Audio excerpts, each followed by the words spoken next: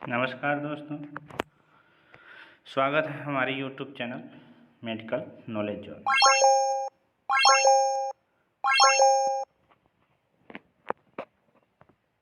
आइए स्टार्ट करते हैं हेल्थ रिलेटेड पूछे जाने वाले कुछ महत्वपूर्ण प्रश्न। इनके बारे में हम लोग चर्चा करेंगे। बहुत ही महत्वपूर्ण है ये। तो आइए स्टार्ट करते हैं।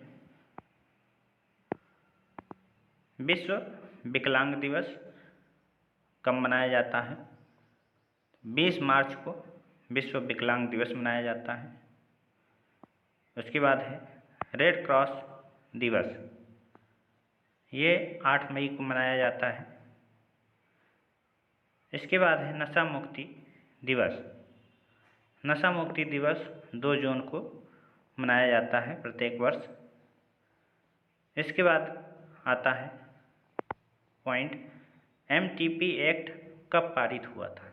MTP एक्ट मतलब मेडिकल टर्मिनेशन ऑफ प्रेगनेंसी को जो है टर्मिनेट कराने का जो एक्ट है ये कब पारित हुआ था?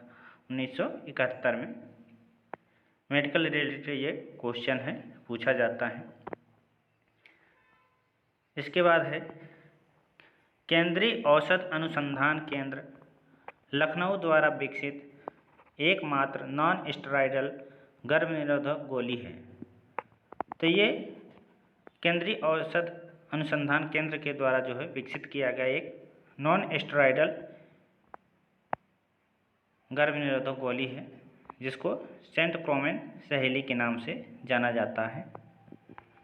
इसके बाद है Indian institute of chemical technology IICT Hyderabad द्वारा विकसित गर्भनिरोधक गोली का नाम क्या है? तो Indian institute of chemical technology Hyderabad द्वारा जो विकसित गर्भनिरोधक गोली है वो OV486 है। इसके बाद है नेशनल इंस्टीट्यूट ऑफ इम्यूनोलॉजी नई दिल्ली द्वारा कुष्ठ के लिए विकसित स्वदेशी टीका है। तो लेप्रोवेक ये जो है कुष्ठ के लिए स्वदेशी टीका है। 1998 में इसको विकसित किया गया था। नेक्स्ट है हेपेटाइटिस बी के लिए विकसित स्वदेशी टीके का नाम क्या है? तो सानवेक बी, हेपेटाइटिस बी के लिए स्वदेशी टीके का नाम सानवेक बी है।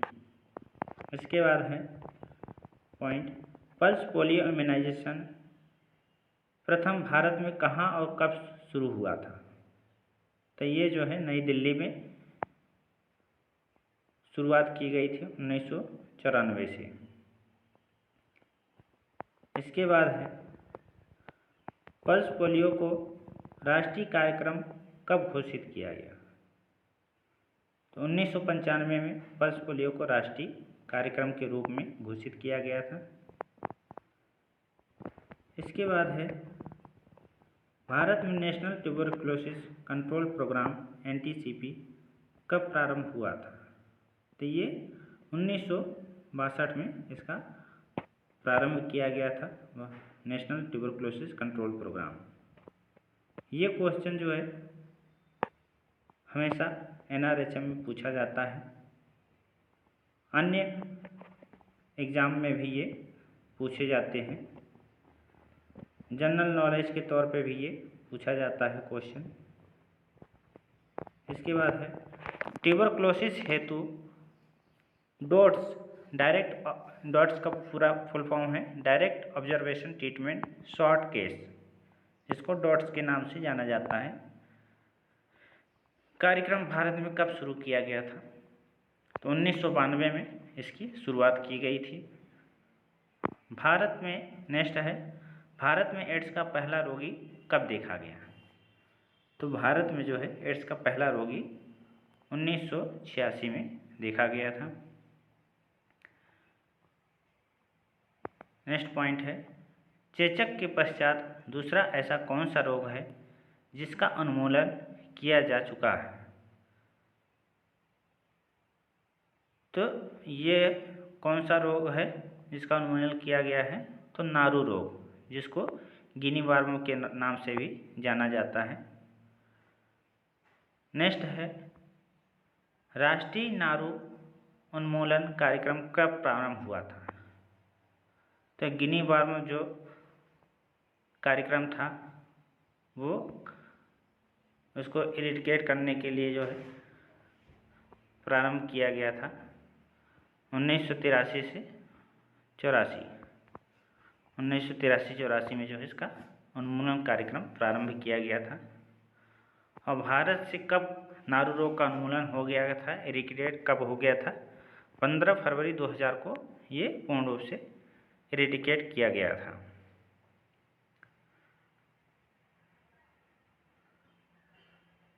नेक्स्ट पॉइंट है, राष्ट्रीय दस्त नियंत्रण कार्यक्रम प्रारंभ हुआ। तो 1981 से ये प्रारंभ किया गया था राष्ट्रीय दस्त नियंत्रण कार्यक्रम। उसके बाद है, नेशनल ब्लाइंडनेस कंट्रोल प्रोग्राम कब शुरू हुआ था? तो नेशनल ब्लाइंडनेस कंट्रोल प्रोग्राम 1976 से प्रारंभ किया गया था। नेक्स्ट है पॉइंट, भारत में प्रथम स्वास्थ्य नीति नेशनल हेल्थ पॉलिसी कब बनी? तो प्रथम स्वास्थ्य नीति 1983 में बनाई गई थी। National immunisation programme was started in India from. National टीकाकरण, राष्ट्रीय टीकाकरण प्रोग्राम जो है स्टार्ट किया गया था इंडिया में 1985 में। इसके बाद पॉइंट है next, national vitamin A treatment programme was started in India from. National राष्ट्रीय विटामिन ए ट्रीटमेंट प्रोग्राम जो है इंडिया में कब स्टार्ट किया गया था? 1970 में।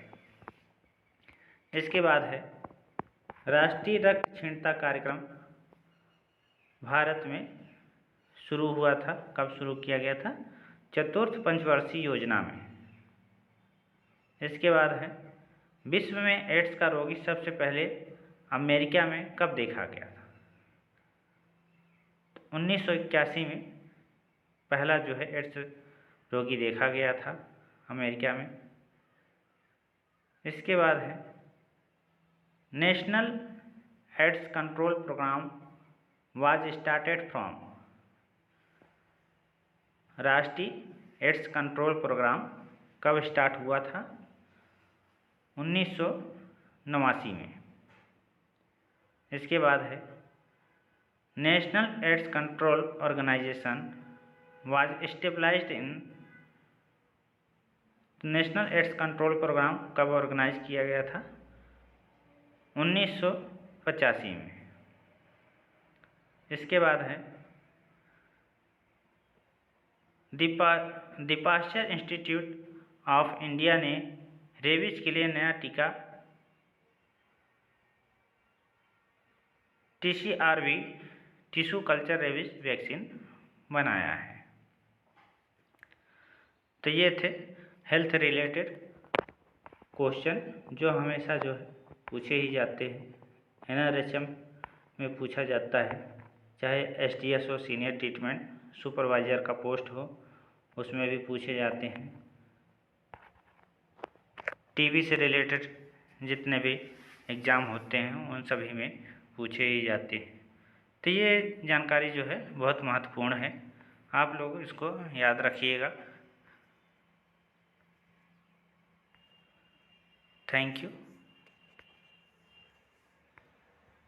आज का टॉपिक यहीं पे ख़त्म करते हैं।